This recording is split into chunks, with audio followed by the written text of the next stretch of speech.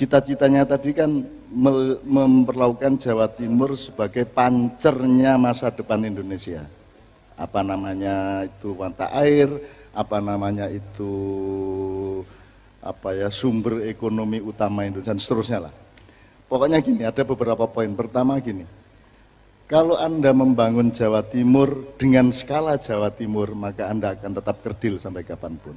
Anda berpikirnya Jawa Timur harus berpikir Indonesia dan dunia. Anda harus mengerti bahwa medan perangnya itu globalisasi dan Jawa Timur itu sebenarnya memiliki semua modal untuk menjadikan Republik Indonesia menjadi superpower masa datang. Jan-jane mustahil Indonesia punya masalah kemiskinan. Wong sugih koyok ngene tanah air isine koyok Korea gak duwe apa-apa lho, sugih. Kok Indonesia wis 70 tahun kok masalah kemiskinan. Iku apa sebabnya? Apa saking gobloke sing mimpin ta ya apa? Ya. Tapi aja ngomong ngono ngene, menurut saya gini. Kalau Anda membangun apa Jawa Timur atau apapun seluruh Indonesia, kalau paradigmamu masih paradigma Yunani kuno sampai Renaissance, sampai globalisasi yang sekarang, maka Anda akan tetap menjadi ekor dari globalisasi. Anda akan tetap tidak mampu membangun paradigma baru yang dunia akan mau tidak mau akan ikut Anda. Jadi nek paradigmamu itu melok Yunani kuno, Jawa dipateni, ya toh, Islam dipateni, terus carane ndelok kebesaran niku apa toh? Oh, kebesaran niku peninggalan gedung sing gede. Pun yo bae gak gelem gawe gedung gede-gede kok. Nek prasaku aja adek didudah bapak-bapak. Borobudur itu gak ono indahe nek dibanding karo mall-mall ya. Gak ono listrike. Apa sebabnya? Mergo nek mall itu paradigma Yunani kuno, Renaissance dan globalisasi. Tapi kalau Borobudur itu letaknya tidak di tanah. Borobudur letaknya di dalam kesadaran teosofi dan filosofinya masyarakat Indonesia. Jadi Borobudur itu dibangun di dalam jiwamu. Sama dengan Ka'bah. Apa istimewanya Ka'bah itu? Mek kotak-kotak, gak ono ukirane, gak ono lightinge, gak ono ya mek ditutup kain ireng kayak mayat. Apa istimewanya? Loh, kalau paradigmamu paradigma Yunani kuno dan modernisasi secara barat, Ka'bah itu apa? Nah kita, menurut saya, Jawa Timur harus berani merintis paradigma baru seperti yang Mas Emil katakan tadi. Harus mengerti kebesaran cara kita itu bagaimana, karena ada beda sangat besar. Kita tidak pernah membangun materialisme, yang kita bangun adalah kepribadian manusianya. Tidak berarti sekolah gak penting, tidak berarti gedung-gedung gak penting, tetapi dia tidak nomor satu. Kene iki ya, PT kepingin mabur koyok manuk, gak iso mabur, PTA ilang pisan. Awake dhewe iki. Karena kita paradigma burung, padahal kita ayam. Kita ini semut, tapi anak-anak sapi. Semut itu tidak terlawan oleh siapapun. Nek memberantas sapi sak donya iso dipateni, tapi nek semut gak iso kok pateni. Gak iso Indonesia dipateni sapa ae, mergo awakmu iku semut-semut ireng, aja anak-anak sapi. Arek-arek wis sinau toh masyarakat semut, bagaimana mekanismenya, pemerintahannya bagaimana, pangannya bagaimana, pertahanan komunitasnya bagaimana, kan sudah belajar. Itu metabolisme dan organisme yang diciptakan Allah langsung. Bagaimana lebah, bagaimana semut. Itu surat di Al-Quran. Ini tak saya perpanjang, tapi intinya pokoknya Bu Khofifah sama Mas Emil menurut saya harus berani ngincipi paradigma baru dengan cara pandang. Ndelok Mojopahit secara barat, kayak apa? Wong kono iku kate mateni kene biyen, dielek-elek terus. Gitu loh. Mereka itu membunuh kita. Nah, teman-teman sekalian, kok Indonesia sampai angel soge iki apa? Kok Indonesia kok rumasane narkoba iku marijuana karo narkoba terbesar di Indonesia itu mentalnya itu narkoba, korupsinya, dolek badi ya urusannya. Kepentingan pribadi terus. Gak tahu mikir rakyat temenan. Munggah pangkat ae urusane, ya ta gak? Jadi rakyat Tidak pernah yang namanya manunggaling kawulolan Gusti tidak belajar kepada gundul pacul. Manunggaling kawulolan Gusti dianggap kebatinan. Oh enggak. Manunggaling kawulolan Gusti itu adalah kalau sudah jadi wakil gubernur, kalau sudah jadi gubernur, kalau sudah jadi presiden, di dalam dirimu itu manunggal antara kawulolan Gusti. Tuhan menyatu dengan rakyat di dalam dadamu. Kalau engkau menyakiti Tuhan, rakyatmu yang akan protes dan hancur. Kalau engkau menyakiti rakyat, Tuhan yang akan marah. Maka setiap raja di Indonesia harus menyatukan rakyat dan Tuhan di dalam dirinya. Itulah pok atau pangkal manajemen dia di dalam membangun keadaan di tempatnya. Dia satu. Berikutnya,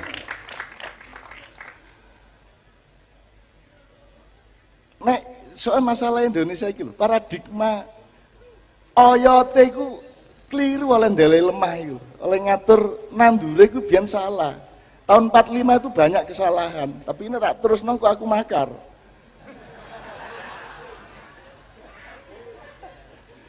Lu sak embrek lho, aku bisa nduduhi nang awakmu lho. Ngake. Dan itu tidak bisa kan.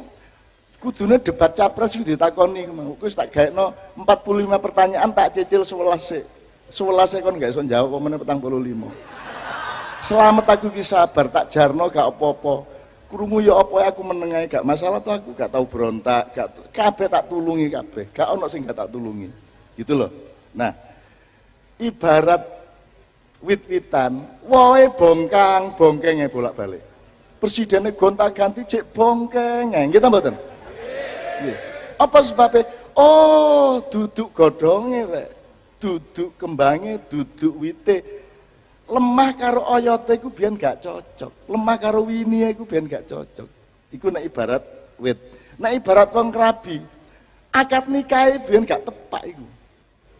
Akhirnya rumah tanggane congkrat terus. Mosok ngate milih presiden itu kena milih Jokowi kon dibenci karo wonge Prabowo. Kon milih Prabowo dibenci karo wonge Jokowi. Jadi begitu kamu memilih, kamu dibenci oleh separuh rakyat Indonesia.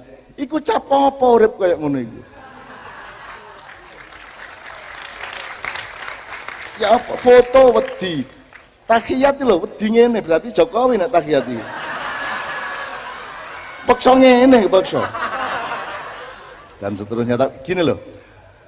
Politik penting, demokrasi penting, tapi demokrasi yang sedang kita laksanakan itu demokrasi dengan resolusi yang masih sangat rendah. Pikselnya cuma beberapa. Ibarat kamera itu cek blurut, cek Nokia zaman-zaman lawas. Tidak punya presisi, tidak punya detail, tidak punya pemetaan yang tepat untuk melihat bangsanya sendiri.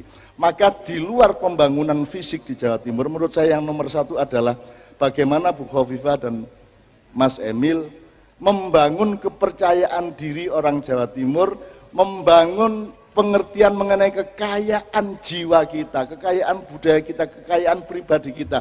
Gak ono uang rakyat ngeluhi rakyat Indonesia sak dunya. Kalian para pemimpin hendaklah mengetahui bahwa rakyatmu itu rakyat yang disayang dan diberi fadilah luar biasa oleh Allah Subhanahu wa taala.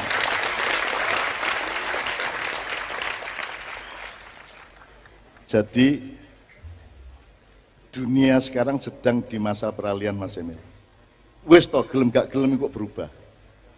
Bosen wisan sing koyo ngene iki bosen, kok berubah. Ya, dan saya harap itu mulai 2025 wis mulai. Ya. Dan Presiden Indonesia, Gubernur Indonesia haruslah seorang negarawan tingkat dunia. Yang mengerti dunia. Kamu tidak ngerti Indonesia kalau tidak ngerti dunia. Kamu tidak mengerti Indonesia kalau kamu tidak memahami apa yang dilakukan dunia kepada Indonesia. Kamu itu dihapusi. Nek kon gak dihapusi bangun ya apa kon? Maka seorang pemimpin Indonesia haruslah seorang ilmuwan, filosof, budayawan, diplomat tingkat dunia. Tingkat dunia. Dan ingin saya nyatakan, dan yang ada pemimpin dengan kadar dan kaliber dan tingkat dan resolusi yang tinggi seperti itu hanya ada di Jawa Timur, tidak ada di seluruh bumi yang lainnya. Jadi Jawa Timur bukan hanya hebat dengan dirinya sendiri, Jawa Timur akan bikin hebat Indonesia dan Jawa Timur akan bisa merubah seluruh dunia. Wes bosen Amerika ya wes bingung dewe. Milih presidennya turunan ibu kita Kartini ya. Habis terang terbitlah Trump. Habis gelap terbitlah Trump. Bingung dewe. Paul Obama pun tidak merubah apa-apa di dunia. Dia hanya merubah Amerika sedikit-sedikit, tapi dia tidak berjasa untuk dunia. Sekarang kamu lihat, kamu pelajari Soekarno jasanya apa, kamu pelajari Soeharto jasanya apa, jeleknya apa, kurangnya apa. Semua presiden kamu pelajari. Pelajari dengan sungguh-sungguh, objektif, ojo lorati nek kon ketemu sing gak. Timbane kon tak kandani geblak kon. Itu ya, tapi kita seneng karena beliau ngomong tentang paradigma baru. Maka sekarang tolong ndelok Mojopahit ojo dengan cara berpikir sejarawan barat, ilmuwan barat. Tolong digabung dengan kearifan kita sendiri, jare kearifan lokal. Jare kearifan lokal. Lah Jawa iku ya apa? Gak ono rek gedung elek kayak Ka'bah iku elek sih. Gitu. Tapi gak ono tempat pariwisata sing ditekani wong tanpa berhenti. Gak ono detik sing gak tawaf. Kabeh wong tawaf. Pokoknya Ka'bah gak tau leren ditawafi. Gak ada promosi, gak ada iklan, gak ada pemasaran. Diparani wong terus. Kanggo merat Cina sambat aku ya bocah Muhammad iku kurang ajar. Lho napa ngono? Iku enak temen Arab, gak lapo-lapo diparani wong bawen dino. Gak ono diskon, gak ono wes pokoknya.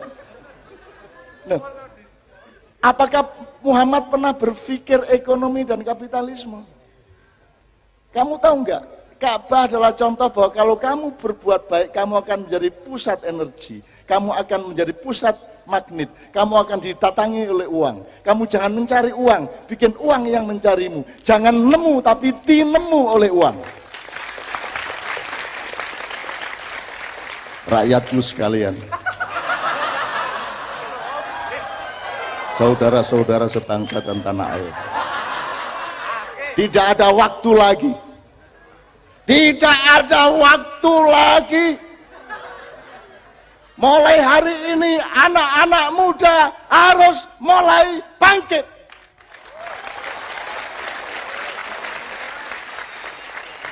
Beri aku 10 pemuda, tak kohon ngasak.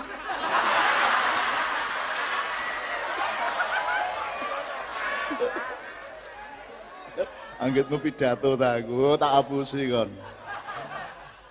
Di Maiyah itu, nanti Pak Pri kita mohon, cara berpikir kita itu jangan fakultatif, kita ini universitas.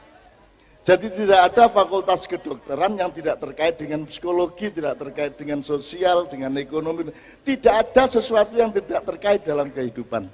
Erongmu itu ada hubungannya karo selitmu. Nek gak percaya, ambungen. Seneng aku ngelarek engkau bahagia. Ngene carane ngibur arek sing gak ndek duwe lah ngono ya. Saya hanya melihat bahwa Indonesia adalah bangsa besar di muka bumi. Bangsa Indonesia punya keunggulan alam dan manusianya melebihi semua yang lain di dunia, dan Indonesia tidak akan menjajah siapapun. Orang yang menjajah adalah orang miskin, orang yang merendahkan adalah orang yang rendah. Indonesia tidak merendahkan siapapun. Indonesia lewat dijajah gelem, diperkosai lho, menengai. Saking tepake wong Indonesia. 350 tahun diperkosa. Terus tahun 45 leren. Takon, empun ta niki ngono. Mboten napa-napa sampean terusaken. Lho Indonesia gak mate-mate. Gak iso, ndak ada matinya. Indonesia tidak ada matinya. Dirubah Pak, ojo harga mati Pak. Indonesia tidak ada matinya. Ngono. Nah harga mati, engkau ditambahinnya muring-muring sampean. Indonesia harganya mati. Lah muring-muring. Nah, Indonesia ndak ada matinya. Maksud saya bukan mati dalam pengertian dunia akhirat, mati dalam arti entitas keindonesiaannya, ngono ya Rek ya. Kon tak dongakno Rek, omahmu dileboni malaikat. Nggawa berkat, nggawa kenduren, nggawa duit, meneng-meneng kon tangi turu kok sesek ya, dotok duit wakeh ngono ya, sapa ro ya. Sapa ro ya. Lho percaya kok kedaden temenan, dadak keliru sualmu dhewe engko. Iki sing garai susah iki lho, iki omah iki nek ana malaikat, nek ana kirike, malaikat gak gelem mlebu iki lho. Iki sampean kandhane ustaz-ustaz iku. Ana lukisane malaikat gak mlebu, ya ta? Ana kirike nek kon ngingukir ndek omahmu malaikat gak gelem teko. Nek arek Jawa Timur, terutama Jombang, seneng ya, tapi lho kok tapi apa? Gak mati-mati aku. Israel teko, waduh ana kirik gak situ. Rusak musuh Maia ya. Bener ya? Tepuk tangan sekali lagi untuk Mas Emil. Kita kita rakyat, kita yang punya Jawa Timur, kita punya hak untuk mengamanati beliau dan kita mempercayakan semua itu kepada beliau. Beliau tidak harus melakukan semuanya, tidak harus khatam, tapi beliau harus menjalankan surat-surat awal dari Al-Quran untuk memulai Jawa Timur masa depan yang akan memimpin Indonesia, dan dengan itu Indonesia akan memimpin dunia. Ojo sampai kon maca Quran salah Al-Fatihah. 3 terakhir ya. 3 hal. Iki sing salah di dunia iki ana 3. Indonesia iki salah Al-Fatihah, salah akad nikahe, salah oyote karo lemah pas nandur biyen. Nek kon gak trima tangkepen aku. Nek tuduhanmu apa sakarmu? Kok takon aku cak sampean salah apa lho? Lah kon nangkep aku kok takon salahku. Nangkep kok interogasi. Ya apa aku dene wis jelas tuduhane sih ngawur arek-arek iku. Lho nek wis nangkep kan wis jelas salahe lak ngono. Mosok ditangkep terus bapak gini-gini lho. Lho sampean sing nangkep aku ya sampean sing jawab lah ngono. Gitu ya. Nomor 2. Jadi Indonesia iki nyuwun sewu kudu didandani Al-Fatihah. UUD 45-nya, Pancasilanya. Teksnya mungkin tidak, tapi pemahamanmu, paradigma berpikirmu terhadap itu harus didandani. Saya tidak tega untuk membuka itu sekarang. Tapi pokoknya Indonesia ini tetap ya apa kudu di-recover, harus dilahirkan kembali. Saya tidak anti Indonesia, I love Indonesia, aku cinta rakyat Indonesia, dan aku bermalam-malam sampai pagi menerapkan cintaku kepada mereka. Nomor 2, sing salah, sing Al-Fatihah salah itu ya Islam. Islam sing tutuk kon niku Islam duduk Islam teko pabrike Nabi Muhammad. Wis dijupuk karo grosir, terus mari ngono dijupuk meneh dikulak karo agen-agen, sub-sub agen, terus kon roh Islam itu teko pengecer-pengecer. Iku wis mazhab KW 4. Terus kok anggap hasil pengecer iki Qur'ane, pabrike duduk iku. Pelajari kembali Islam. Gak ngene Islam iku, gak ngene. Ya nek sembayangmu bener, cuman nek silaturahmine politik semua gak ngono Islam iku. Kon gak sinau 10 tahun Kanjeng Nabi ndek Madinah iku ya apa gak kok sinaune. Kon sinaune mulai Abu Bakar, Umar dan seterusnya. Nabi Muhammad dengan madaniyahnya, dengan at-taqafah al-madaniyah kamu gak mempelajari. Padahal di situ, Mas Emil, di situ sampai lihat bagaimana master plan dan timeline-nya Rasulullah membangun kota Madinah. Apa yang dilakukan? Kalau sampean pedoman itu berarti tahap pertama tek tek tek tek, tahap kedua tuk tuk tuk tuk, tahap ketiga tok tok tok tok, jelas masalahnya. Rasulullah adalah seorang kepala negara yang tanpa jabatan dan tanpa negara. Tapi melakukan master plan kenegaraan dan kota yang melebihi semua orang. Dan undang-undang di Madinah bukan undang-undang yang dibikin oleh DPR dan orang-orang pinter hasil sekolahan. Karena kalau hasil sekolahan nanti akan terpengaruh dan terkontaminasi oleh kepentingan si pembikinnya. Tapi undang-undang Madinah dibikin oleh kedaulatan rakyat. Dan kedaulatan rakyat itu hilang ketika Abu Bakar mulai menjadi khalifah. Kedaulatan rakyat diganti menjadi legalitas kepemimpinan politik.